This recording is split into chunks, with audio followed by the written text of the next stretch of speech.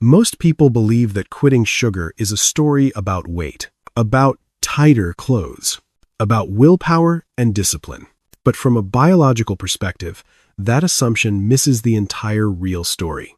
Because the first system to react when sugar disappears is not your waistline, it's your kidneys. And right after that, your brain. The moment you stop consuming sugar continuously, blood glucose levels begin to fall. When that happens, insulin, the hormone quietly controlling far more than you realize, drops as well. And the kidneys notice almost immediately. They are extremely sensitive to insulin. For years, elevated insulin has been signaling the kidneys to hold tightly onto sodium and water, silently increasing fluid retention in your body without you ever realizing it. When insulin finally decreases, the message changes. The kidneys understand that it's time to release pressure. Sodium begins to be excreted through urine. Water follows. This creates a mild state of dehydration, just enough to cause noticeable headaches during the first day. Not because something is wrong, but because something is changing. Most people misunderstand this sensation. They think their body is failing. In reality, their kidneys are adapting to a lighter metabolic burden for the first time in years. But before that becomes clear, something happens even faster inside the brain. Just hours after sugar is removed, the brain's reward system reacts with a shock. Dopamine, the neurotransmitter of anticipation and motivation, drops sharply. Not gradually, abruptly. The nucleus accumbens, the pleasure center, becomes unusually quiet. It feels as if someone has suddenly turned down the volume inside your brain. This is why the first 3 days are emotionally intense, not because you're weak, not because you're hungry, but because the brain has been trained to expect constant dopamine spikes from sugar. When those spikes disappear, the nervous system enters a state of alarm. Harvard research shows that repeated sugar consumption dulls dopamine receptors, forcing the brain to seek stronger stimulation just to feel normal. When sugar is removed, these receptors begin to wake up again, but the process is uncomfortable. Restlessness, irritability, emotional sensitivity, even unexplained sadness. And here is the key point most people miss. Your stomach is completely calm during this phase. Your body is not asking for calories. Your brain is asking for stimulation. This phenomenon is known as hedonic hunger, a craving driven by habit, memory, and emotion rather than true nutritional need. And the paradox is this: the stronger the craving, the more aggressively your dopamine system is recalibrating. The headache you feel is not failure. It's a sign that neural circuits are being rewritten after years of overstimulation. Imaging studies at Stanford show that dopamine pathways shrink under constant sugar stimulation, becoming less sensitive over time. When sugar disappears, these pathways begin repairing themselves, attempting to return to their original sensitivity. Repair is always chaotic before it becomes stable. That's why days 1 through 3 are typically the hardest psychologically. You are not being starved. You are detoxing from a stimulus your brain once mistook for essential. And that is also why discomfort appears before any improvement in energy, weight, or metabolism. Recovery always begins internally. By day 4, a subtle shift occurs. Cravings soften. Emotions stabilize. Not because you've become stronger, but because dopamine is leveling out. The nervous system starts learning how to experience pleasure without artificial spikes. This is not punishment. This is the neurological cost of freedom. Meanwhile, the kidneys continue working quietly. As insulin remains low, fluid retention decreases. Facial puffiness fades. Eyelids feel lighter in the morning. The jawline becomes more defined. Many people think they're losing fat rapidly, but physiologically, the first thing lost is water. Every gram of stored glycogen holds approximately 3 grams of water. When insulin drops, this water reserve is released quickly. That's why losing 1 to 3 kilograms during the first sugar-free week is completely normal. But here is the serious mistake many people make. When water leaves, electrolytes leave with it. Sodium, potassium, magnesium. When these minerals drop too quickly, fatigue, dizziness, and the so-called sugar flu appear. The problem is not a lack of sugar, it's mineral imbalance. That's why drinking more plain water often makes things worse. Mineral-free hydration dilutes the system. Just a small amount of salt, mineral water, or leafy greens can stabilize internal chemistry very quickly. When electrolytes rebalance, kidney function becomes smoother and more energy efficient than before. The body begins operating with less pressure, less inflammation, and a lighter metabolic load. And this is only the beginning. Because beneath these early changes, your body is preparing for a deeper transformation, one that typically begins around day 7, when fuel priority starts to shift. But before going further, understand this. The initial discomfort is not evidence that quitting sugar is harming you. It is evidence that your physiology is remembering how to function without constant stimulation. Around the 7th day without sugar, something important begins to happen, not something dramatic on the surface, but a fundamental shift on the inside. Weight often plateaus. Visible changes slow down. And many people panic at this stage. They think they're doing something wrong. They think the benefits have stopped. They think their body has stalled. In reality, this is precisely the point at which the body enters the hardest and deepest phase of metabolic adaptation. For decades, glucose has been your default fuel. It burns fast, it's easily accessible. Metabolism learned to rely on it not because it was better, but because it was convenient. Sugar kept the system running through rapid ignition. But now, glycogen stores are nearly depleted. The easy fuel is gone. And the body is forced to make a decision. At this point, the liver steps into its full evolutionary role. It begins producing endogenous glucose through gluconeogenesis. This is not sugar from food. It is fuel carefully synthesized and rationed to protect the cells that truly require glucose to survive: red blood cells, renal medulla cells, and certain regions of the brain. Everything else must adapt. This shift creates friction. And friction is felt as fatigue.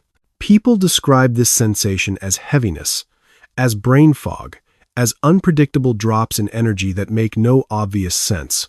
Fine one moment, drained the next. This is not failure. This is metabolic restructuring.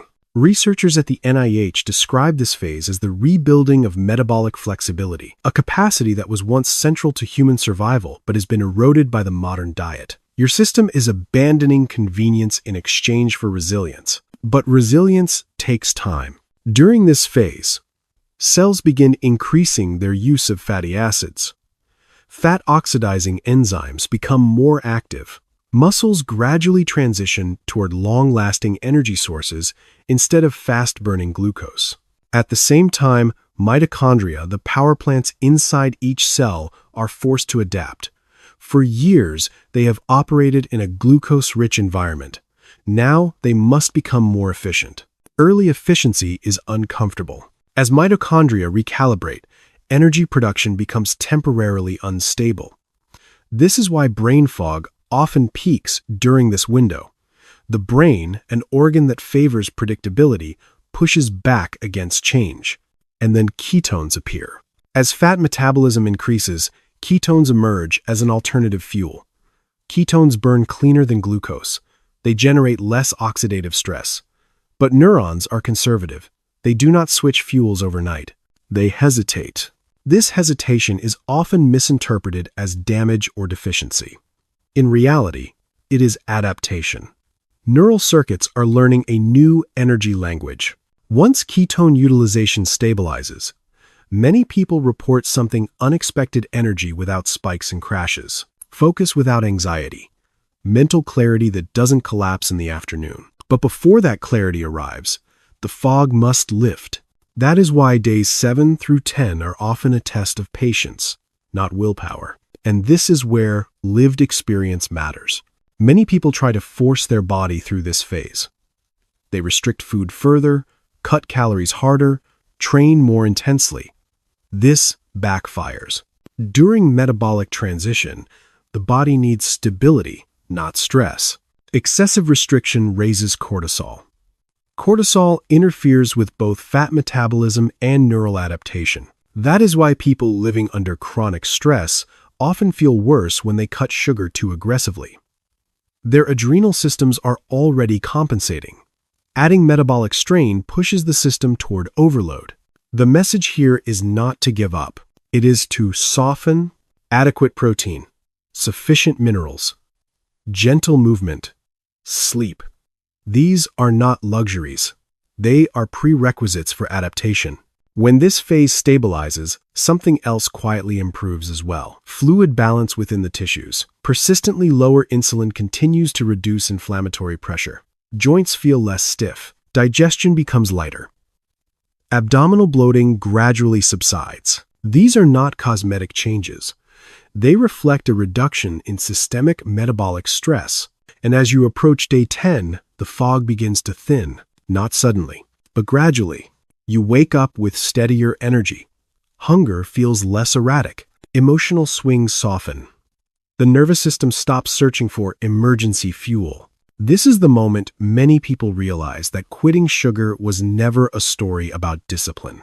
It was about allowing physiology to remember its full capacity.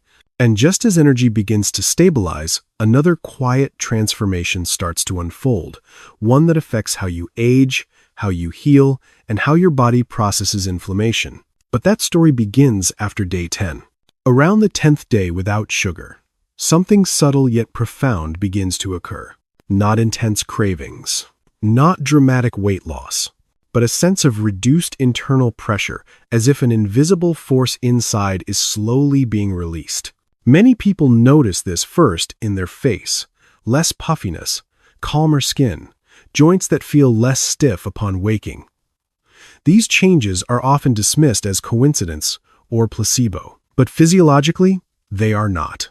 They are the direct result of reduced inflammation. For years, excess sugar has placed a hidden burden on tissues through a process called glycation. When glucose circulates at elevated levels, it binds to proteins and lipids, forming compounds known as AGEs. Researchers at the Mayo Clinic describe AGEs as molecular rust, stiffening collagen, weakening elastin, and accelerating tissue aging from the inside. This damage does not happen overnight, and recovery doesn't either. But when sugar is removed, glycation slows. The constant chemical tension on tissues finally eases. Collagen fibers begin to regain flexibility. That is why joints swell less, feel less rigid, and move more smoothly. Skin reflects light differently, not because fat is lost, but because inflammation is retreating. At the same time, the immune system begins to calm. Glucose spikes stimulate cytokines, inflammatory messengers that increase pain, worsen autoimmune conditions, and keep the body in a low-grade defensive state. When sugar disappears, cytokine activity declines. Immune cells shift from constant alarm toward repair and maintenance. That is why acne diminishes. Redness fades. Itches that once felt permanent begin to feel negotiable. But the most overlooked change at this stage is not visible at all.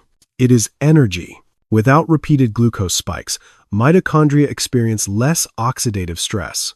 They produce energy more efficiently and with fewer damaging byproducts. This efficiency does not feel euphoric.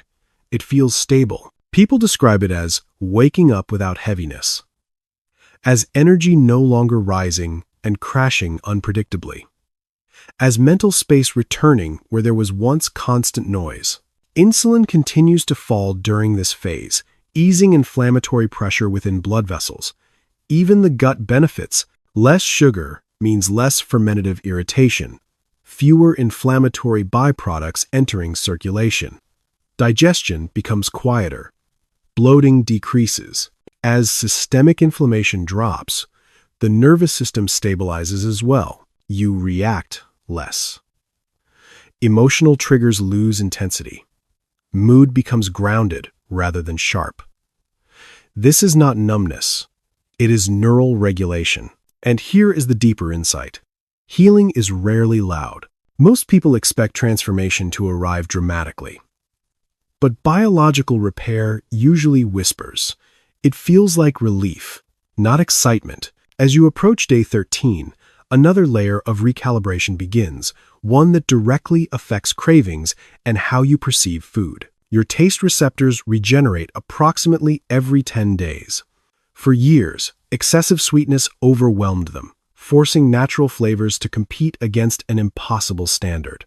Now, without constant sugar exposure, these sensory cells regain the sensitivity they had quietly lost. That is why fruit suddenly feels vivid. Bitterness softens. Simple foods become satisfying. But taste is only the surface. When insulin remains low, the brain begins to clearly register leptin, the satiety hormone. Leptin is the signal that says enough early on. High sugar intake silences this signal, creating the illusion of endless hunger. When sugar disappears, leptin signaling improves. Hunger becomes accurate rather than compulsive. You stop eating when you are satisfied, not when you are depleted. This is the point where many people realize they no longer have to negotiate with food. They simply respond to it. At the same time, brain chemistry continues to shift. Reduced sugar intake increases BDNF, brain-derived neurotrophic factor. Neuroscientists often refer to BDNF as fertilizer for the brain because it strengthens synapses, supports learning, and stabilizes mood. As BDNF rises, emotional eating loses its grip. Cravings feel less urgent. Thought patterns become steadier. Focus deepens without force. This is not discipline. This is biological alignment. By day 14, something becomes clear, subtle, yet undeniable. Quitting sugar doesn't just change what you eat. It changes how your body communicates with you. Hunger becomes honest. Pleasure becomes cleaner. Energy becomes earned, not borrowed. But before treating this as an endpoint, there is one final and critically important chapter, because not every body should approach sugar reduction in the same way, and safety matters as much as understanding. Before viewing 14 sugar-free days as a victory, one last chapter must be made explicit, because biological insight, without safety, is never complete. This reset is not a challenge to conquer. It is a diagnostic window, a way to observe how your body functions when a powerful stimulus is removed. And like any experiment, context determines the outcome. For individuals using insulin or sulfonylurea medications, abruptly reducing sugar carries real risk. Hypoglycemia is not a failure of willpower. It is a physiological mismatch between medication dosage and fuel availability. Endocrinologists emphasize that medications cannot adapt the way organs can. Any significant dietary change in this context requires medical supervision. Another system that must be respected during sugar reduction is the adrenal axis. Cortisol governs stress response and energy distribution. In people living under chronic stress, aggressive carbohydrate restriction can further elevate cortisol. This may manifest as anxiety, sleep disruption, palpitations, or internal tension. These symptoms are often misinterpreted as not being strong enough. In reality, they are hormonal feedback signals asking for moderation. That is why extreme restriction so often backfires. Healing requires stability, not pressure. Adequate protein, sufficient minerals, sleep, and gentle movement. These are not luxuries during metabolic restructuring. They are requirements. Without them, the nervous system interprets dietary change as a threat rather than an adaptation. There is also a psychological dimension that must be acknowledged honestly. Disciplined eating can quietly slide into rigidity.